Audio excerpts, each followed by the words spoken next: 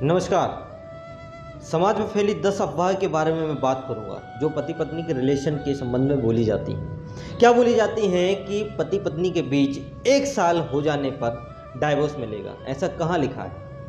Hindu marriage act की अगर मैं बात करूं तो उसकी सेक्शन 14 में ये लिखा है कि 1 साल के बाद म्यूचुअल कंसेंट से वो लोग अलग हो सकते हैं। यदि साथ में नहीं बन रही तो आपसी सहमति से अलग होंगे, लेकिन ऐसा कहीं नहीं लिखा कि आप 1 साल के भीतर डाइवोर्स का केस नहीं ला सकते।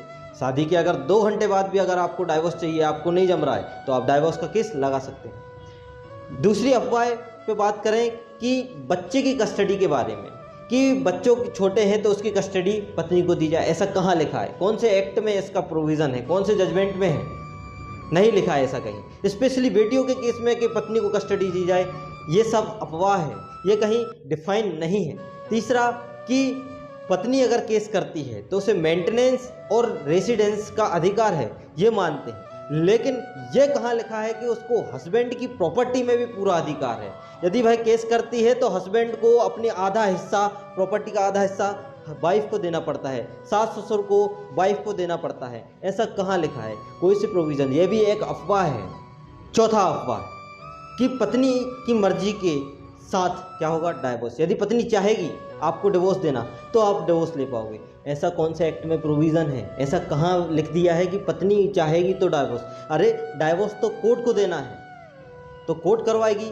13 के तहत, हिंदू मैरिज एक्ट की सेक्शन 13 के तहत वो चेक करेगी, जो कंडीशन निकलेगी डाइवोर्स की उसके हिसाब से, सर्कमस्टेंसेस के हिसाब से डाइवोर्स दिलाएगी। पांचवा जो अफवाह है कि यदि हस्बैंड पहले से केस करेगा तो मेंटेनेंस देना पड़ेगा। ये सबसे बड़ी अफवाह है कि हस्बैंड यदि सही है तो भैया केस करो, आप केस करिए, वेट क्यों कर रहे हो कि पत्नी केस करे? यदि आपके साथ गलत हुआ है तो आप न्याय मांगने कहाँ जाओगे? कोर्ट जाओगे। तो ये सब अफवाह झूठी है। कोर्ट सच का साथ देगा, झूठ का नहीं देगा। छठवीं अफवाह कि यदि सेक्शन 9 लगा देते हैं तो मेंटेनेंस देने से बच जाते हैं। क्या होता है हिंदू मैरिज एक्ट का सेक्शन 9? Conjugal right. यदि आप वो लगा दोगे, ऐसा कुछ नहीं है। मेरा मानना तो ये है कि यदि आप डायरेक्ट डाइवोर्स का भी लगा सकते हो केस, 13B के तहत डाइवोर्स की एप्लीकेशन, 14 के तहत एप्लीकेशन लगाओ, 13B के तहत डाइवोर्स मांगो, तो डाइवोर्स का आप आधार बना सकते हो। तो 9 लगाने से क्या होगा? 9 तो एक बुलाने की प्रोसीजर है, इसलिए आपको अगर डाइवोर्स चाहिए, आप सच हो तो आप लगाइए क्या?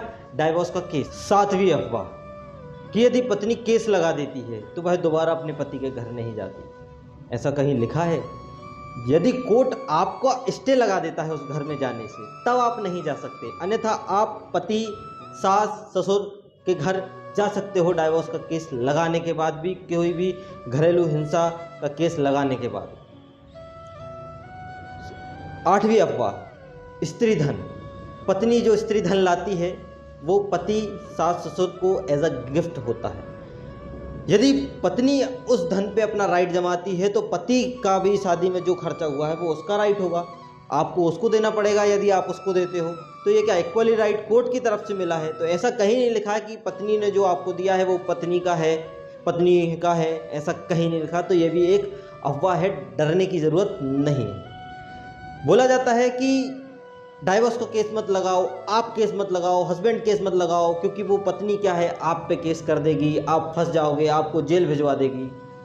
डोमेस्टिक वायलेंस का केस मत लगाओ, आपको बेल नहीं मिलेगी। तो पहले तो ये क्लियर कर दूं कि डोमेस्टिक वायलेंस एक्ट के तहत जो ऑफेंस है वो क्या है, वो बेलेबल है, आपको बेल लेने की ज़रूरत नहीं है उसमें। लेकिन जो 94, 98A होते हैं, डायरी वाले होते हैं, उसमें ये क्रिमिनल एक्ट हैं, तो इनमें बेल लेने की ज़रूरत होती है।